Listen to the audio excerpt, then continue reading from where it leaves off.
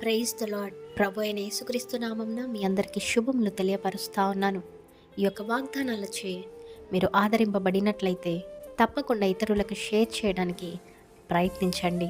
మన జీవితాలలో ఎన్నో అడ్డులు, ఎన్నో ఆటంకములు, పెద్ద కొండ ఎలాగ అడ్డుగా ఉన్నదో ఆ యొక్క కొండంత సమస్యలు అడ్డుగా ఉన్నప్పటికీ దేవుడు చెప్తా ఉన్నారు, ఆవగింజంత విశ్వాసముతో ఉండు, అంతే చాలు, నీకు అసాధ్యమైనది ఏదీ లేదు అనేసి లేఖనం సెలవిస్తూ ఉంది. ఈరోజు ఏ పరిస్థితిలో మీరు ఉన్నప్పటికీ, ఏ సమస్యల్లో మీరు ఉన్నప్పటికీ, ఎటువంటి గడ్డు స్థితిలో మీరు ఉన్నప్పటికీ ఒక్కటే గుర్తుపెట్టుకోండి, విశ్వాసము. నిరీక్షణకు ఆధారం లేని సమయంలో శారా, అబ్రహాము గారు విశ్వాసము చూపించి దేవుడిచ్చిన వాగ్దానాన్ని పట్టుకొని స్తుతించడం ప్రారంభించారు. పొందుకున్నామనేసి నమ్మి ఉన్నారు.